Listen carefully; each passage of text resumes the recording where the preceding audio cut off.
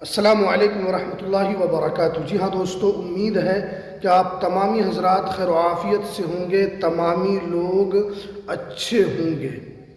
अगर आपने एफडी कराया है या अगर आप एफडी कराने की सोच रहे हैं तो एफडी नियमों में बड़ा बदलाव हुआ है, जिससे कि आपका अगर एफडी किया हुआ है तो आपका पैसा कैसे सुरक्षित रहेगा, या अगर आप सोच रहे हैं एफडी कराने के तो एफडी के नियमों में भी बड़ा बदलाव हुआ है।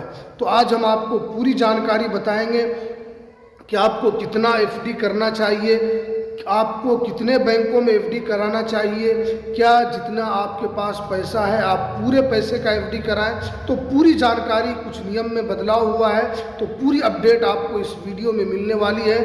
तो इसलिए इस वीडियो को आप पूरा ज़रूर देखें। वीडियो शुरू करने से पहले आपसे एक छोटी सी रिक्वेस्ट है, आप अगर हमारे इस चैनल पर पहली मर्तबा आए हैं तो आप इस चैनल को ज़रूर सब्सक्राइब कीजिए, बेल आइकन को भी आप ज़रूर प्रेस कीजिए ताकि आपको ऐसे ही लेटेस्ट जानकारी, लेटेस्ट इन्फॉर्मेशन आपको मिलती रहे। तो चलिए हम वीडियो को शुरू करते हैं। जी हाँ दोस्तों, हर आदमी चाहता है कि हम एफडी कराएं, इसलिए कि एफडी जब आदमी कराता है तो उसको ब्याज के साथ साथ उनको ज़्यादा पैसा मिलता है, इंटरेस्ट रेट मिलता है। तो आपके लिए एफडी के जो नियमों में बदलाव हुआ है, अगर आप एफडी कराने की सोच रहे हैं या भविष्य में आपकी प्लानिंग है कि आप एफडी कराएंगे तो आपको ये नियम जानना ज़रूरी है। देखिए 2025 से बिना नॉमिनी वाले एफडी अब खोलना अलाउ नहीं होगा। यानी 2025 से ये नियम आ चुका है कि अगर आप एफडी में नॉमिनी नहीं डालेंगे तो आपका एफडी जमा ही नहीं होगा। यानी ये नियम आ गया है कि जब भी आप एफडी कराएं तो उसमें आपको नॉमिनी का नाम ऐड करना ज़रूरी है। तो ये एफडी को लेकर नया नियम बना है, और अगर आपने एफडी पहले कराया है उसमें नॉमिनी आपने ऐड नहीं किया है तो अब आपको पुराने एफडी में भी नॉमिनी को ऐड करना ज़रूरी है। और जब भी आप नॉमिनी में, आप एफडी में नॉमिनी को ऐड करें तो किसी ऐसे लोग को करें जिस पर आपको भरोसा हो, इसलिए कि अगर आप एफडी में नॉमिनी को ऐड नहीं करते हैं, अगर आपकी मृत्यु हो जाती है तो फिर उस पैसे को निकालने में आपके घर वालों को या आपके बच्चों को बड़ी परेशानी होगी। उससे फिर डेथ सर्टिफिकेट मांगा जाएगा, उनसे और अदर सर्टिफिकेट मांगा जाएगा, जिसकी वजह से उस नॉमिनी का पैसा आपका डूब सकता है। इस बात का आपको ध्यान रखना है। ये अब आप नया एफडी खुलवाएंगे उसमें भी आपको नया नॉमिनी ऐड करना ज़रूरी है। अगर आपने पुराना एफडी खुलवाया है उसमें भी आपको नॉमिनी को अपडेट कराना होगा, उसमें नॉमिनी को डलवाना होगा। आप जिस भी बैंक में आपने एफडी कराया है आप वहाँ पर जाएंगे और नॉमिनी वाला फॉर्म लेकर आपको भर देना है और आपका पैसा वहाँ पर सेफ हो जाएगा। नॉमिनी आपकी मृत्यु के बाद वो पैसा आपके नॉमिनी को मिल जाएगा। दूसरी जो अपडेट यहाँ पर निकल कर आ रही है कि अब आपको केवाईसी अपडेट आपको हर वक्त रखना ज़रूरी है।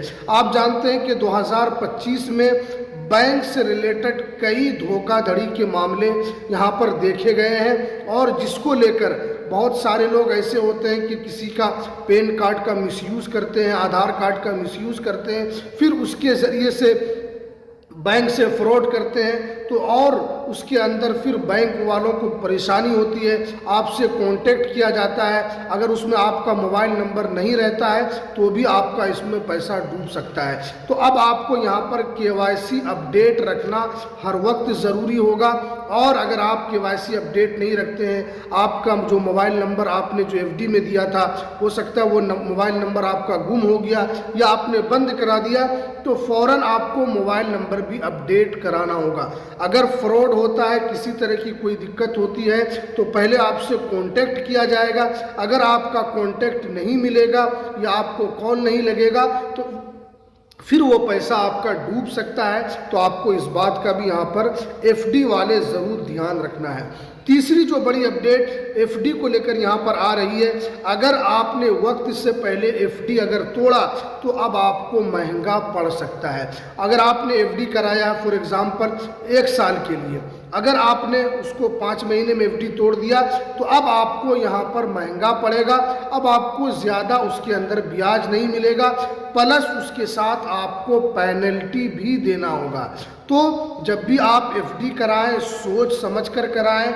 आप जब भी एफडी कराएं तो आप ये देख लें कि सब पैसे का एफडी ना कराएं। अगर आपके पास 10 लाख रुपया है तो आप 5 लाख रुपए का एफडी कराएं। बहुत सारे लोग ये समझते हैं कि एफडी का जो पैसा है वो सुरक्षित होता है और वो सिक्योर होता है। ऐसा नहीं है। एफडी का पैसा भी आपका क्या हो सकता है, डूब सकता है।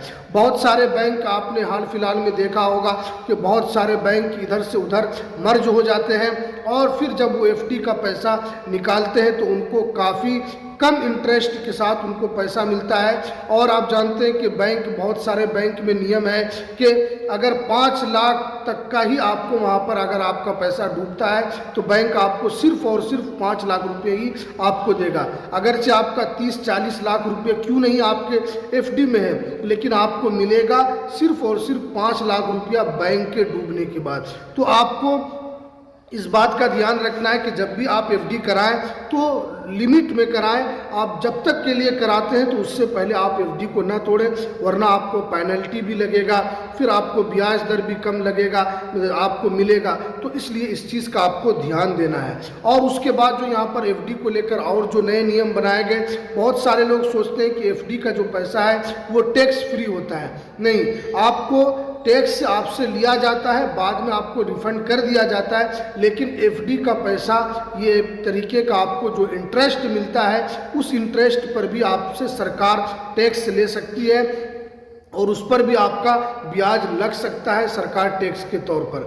तो इसलिए जितने भी एफडी कराने वाले हैं या भविष्य में आप एफडी कराने की सोच रहे हैं तो आपको, अगर आप 30 लाख रुपए का एफडी कराते हैं तो एक ही बैंक में आप ना कराएं और भरोसेमंद बैंक में एफडी कराएं, जैसे एसबीआई है, एचडीएफसी है, एक्सिस बैंक है। और अगर आपको 30 लाख का कराना है तो कम से कम आप 5 बैंकों में एफडी कराएं। अगर आप एक बैंक का एफडी वक्त से पहले तोड़ लेते हैं तो फिर आपको 4 बैंक का एफडी आपका रहेगा, उससे फिर आपको अच्छा खासा पैसा मिल सकता है। तो इसलिए जब भी एफडी कराएं तो कुछ जो नए नियम में बदलाव किया जाता है उस बात का भी आपको ध्यान रखते हुए एफडी कराना है, क्योंकि बहुत सारे लोग एफडी जितना पैसा होता है सबका एफडी करा देते हैं, फिर उनको अचानक ज़रूरत पड़ती है 2 लाख 3 लाख का, फिर वो जाकर एफडी तोड़ते हैं तो उनको पेनल्टी के साथ साथ उनको इंटरेस्ट भी नहीं मिलता है। तो इससे क्या होता है कि सामने वाले का ज़्यादा उसमें नुकसान हो जाता है। बैंक का तो कोई नुकसान नहीं होता है, लेकिन सामने वाले को यहाँ पर ज़्यादा नुकसान हो जाता है। इसलिए एफडी के नियमों में बड़ा बदलाव यहाँ पर किया गया है। तो चलिए, ये कुछ